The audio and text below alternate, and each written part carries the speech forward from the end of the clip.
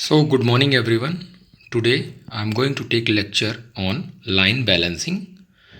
First, we will discuss what is line balancing. Basically, as we know, this is the part of production planning. Wholly, it is considered in production planning and control. Now, what is line balancing? Line balancing is the assignment of work elements to a station in a line. The goal is to achieve the desired output rate with the smallest number of work stations. It means we can say there are different work and you provide input, and by different workstations we can get output. This is also called layout of production line. Now the goal is to match the output rate to the production plan. First one is the work is separated into work elements. Now what is work element? Basically the smallest unit of work that can be performed independently. It is called work element.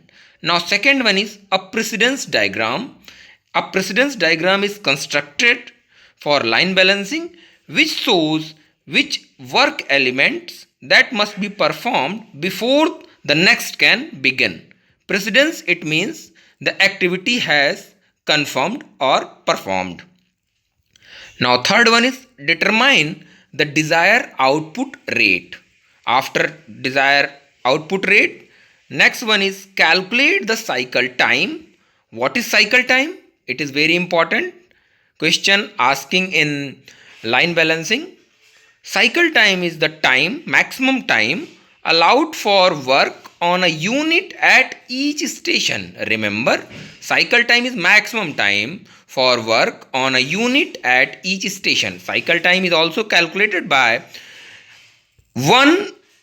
You can say it is the ratio of 1 is to output rate. Now next one is assign work elements to station. You have to assign work elements in workstation. Now we have considered a simple problem. For this problem we have to make precedence diagram. Now the problem is a green grass company which manufacture of lawn and garden equipment. Now the problem includes work element, task time and predecessor.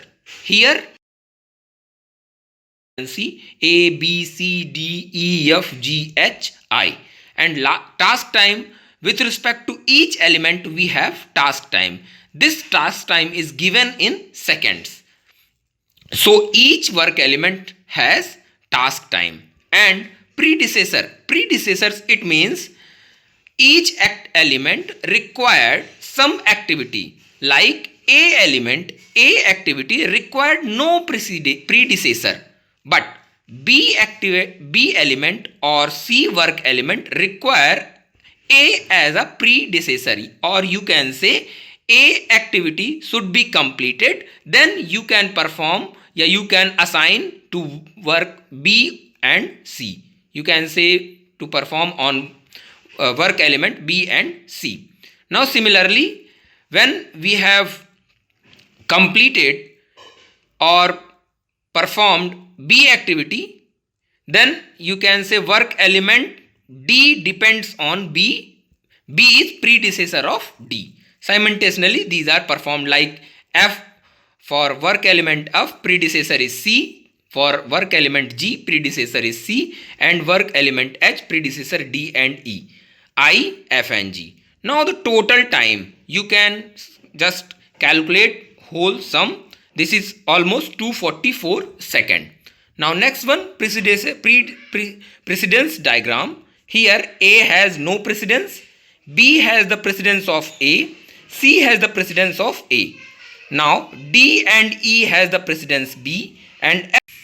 So okay, now we have to calculate in a problem different parameters like number of stations, idle time, line efficiency and balance delay. How to calculate? First, as you can see, minimum number of stations, it is the ratio of total time to cycle time. Total time which is already you have to calculate added task time summation of t, and the cycle time, which is maximum time cycle time, maximum time in a workstation. Now idle time, what is idle time? It is total unproductive time for all stations. You can calculate summation you can calculate idle time, which is equal to n into c minus summation of t, where n is number of stations. And line efficiency basically it is represented by E. It is the ratio of productive time to total time. E is equal to summation of t divided by n into c into 100. As we can say, line efficiency is in percentage. Now next one is your balance delay. Balance delay basically is equal to 100 minus line efficiency, which gives in percentage balance delay. Okay.